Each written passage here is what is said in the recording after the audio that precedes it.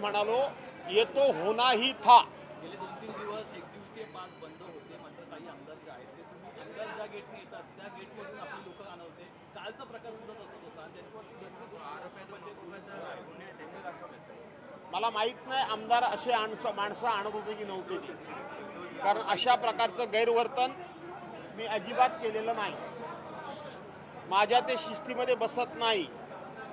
माझा जो मुंबईचा पीए होता त्या पीएकडे कार्ड नव्हतं, कार्ड एकच मिळतं, 2 कार्ड आयडेंटिटी कार्ड मिळावी, पगार नव्हे असा मी आग्रह सातत्यानं धरला। का तर एक पीए आमचा गावाला राहतो कमीत कमी, आणि एक पीए मंत्रालयातलं आणि विधान भवनातलं काम करणारा बरोबर असतो, आणि म्हणून त्याला एंट्री कार्ड द्यावं पण तेही मिळत नव्हतं। म्हणून अधिवेशन काळामध्ये मी माझा बरोबर असलेला 25 वर्षाचा पीए जवळजवळ त्याचा मी अधिवेशनाचा पास काढायचो आणि मी त्याला बरोबर घेऊन यायचो। या व्यतिरिक्त मी कधीही कोणाला आतमध्ये आणलेलं नाही, कोणालाही आणलेलं नाही। कालच मी माननीय आमच्या अध्यक्ष महोदयांना गेटवर भेटलो, तेव्हा मी त्यांना म्हटलं की मी जातोय, मी त्यांना इथपर्यंत सोडायला आलो, जातोय का तर माझी पत्नी आणि माझ्या सुनबाई ह्या गाडीमध्ये बसलेल्या आहेत। ते म्हणाले तुम्ही त्यांना कधी अधिवेशनाला घेऊन आलात का? मी म्हटलं पास मिळालं तर घेऊन ये। म्हणजे आम्ही आमची घरची माणसं सुद्धा गेटमधून आत आणलेली नाहीत। त्यामुळं आमदार जर अशा पद्धतीनं गेटमधून जर पासाशिवाय जर माणसं आणत असतील तर हे गंभीर आहे। त्याच्या व्यतिरिक्त मी आज विशेष तुम्हाला कल्पना देतो, आरोप करत नाही, आरोपच करायला पाहिजे, परंतु काल फारच गरमागरम झाली आहे।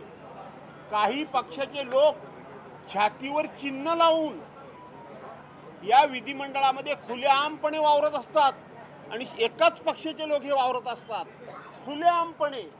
कुठल्याही फ्लोअरवर जा, पक्षाचं चिन्ह लावून काय चाललंय काय, आणि म्हणून हे घडलंय ते बाकी वाईट घडलंय त्या संदर्भात चर्चा होईलच, पण किमान विधान भवनाच्या इज्जतीकरता, इभ्रतीकरता आणि मोकळेपणानं काम करण्याकरता हे चांगलं घडलंय असं मी म्हणतो। कोणते आमदार आहेत जे पक्षाचे चिन्ह लावून फिरत आहेत ते तुम्ही सांगू शकता? तुम्ही बरोबर ऐकलेलं नाही, मी आमदार बोललो नाही, काही कार्यकर्ते तेच कोणता पक्ष मला माहित नाही। चिन्ह माझ्या ओळखीचे आहे, फक्त कार्यकर्ते माझ्या ओळखीचे नाहीत। सर काल शंभूराज देसाई म्हणतायत की एकनाथ शिंदेंवर यापुढे जर असं भाष्य केलं तर त्यांना त्याच भाषेमध्ये उत्तर दिलं जाईल। ठीक आहे, शंभूराजांचं फार काही विधान काही गांभीर्याने घेऊ नका, आम्ही कधी घेत नाही। राज्यपालांची भेट घेणार आहेत तुम्ही आज, राज्यपालांची आज भेट घेणार आहात आणि सर ते शंभूराज जाणार आहोत राज्यपालांच्या भेटीला। शंभूराज यांनी तुमचा एक व्हिडिओ पण दाखवला आदित्य ठाकरेंची मिमिक्री करताना। या परिसरामध्ये ही घटना घडली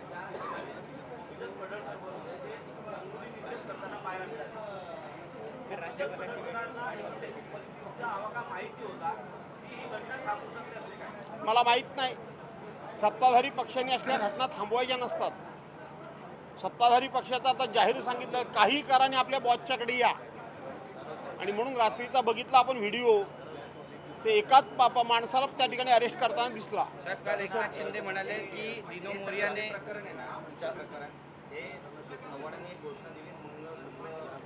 मला माहित नाही, मी ऐकलेलं नाही।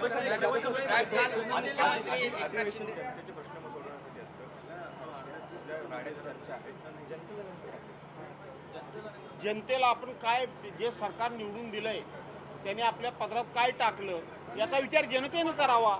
आम्ही आता काय करणार, आमच्या हातात काय आहे, आम्ही आमची भूमिका पार पाडतोय, आणि म्हणून जनतेला नक्की काय मिळालं याचा शोध जनतेने घ्यावा।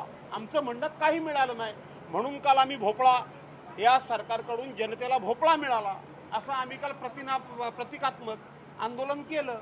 आमच्या दृष्टीनं या अधिवेशनातून जनतेला भोपळाच मिळाला आहे, बाकी काही मिळालेलं नाही।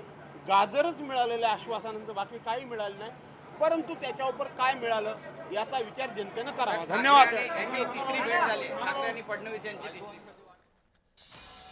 तर यावेळी भास्कर जाधव बोलत होते, इतके पास कार्यकर्त्यांना कसे मिळतात, पास मिळाल्याशिवाय मी घरातली माणसंही आणली नाही असं यावेळी भास्कर जाधव यांनी म्हटलंय। त्याचबरोबर काही जण पक्षाचं चिन्ह छातीवर लावून विधिमंडळ परिसरात वावरत असतात असं देखील त्यांनी म्हटलंय। विधिमंडळ परिसरातील गर्दी संदर्भात मी अनेकदा बोलून झालंय असं देखील त्यांनी वक्तव्य यावेळी केलंय। सभागृहातून बाहेर आल्यावर वाट काढत जावं लागतं असं देखील एकंदरीत कालच्या घटनेनंतर यावेळी भास्कर जाधवांनी ही प्रतिक्रिया दिली आहे. विधान भवनाचा मुख्य दरवाजा हा सेल्फी पॉइंट बनलाय.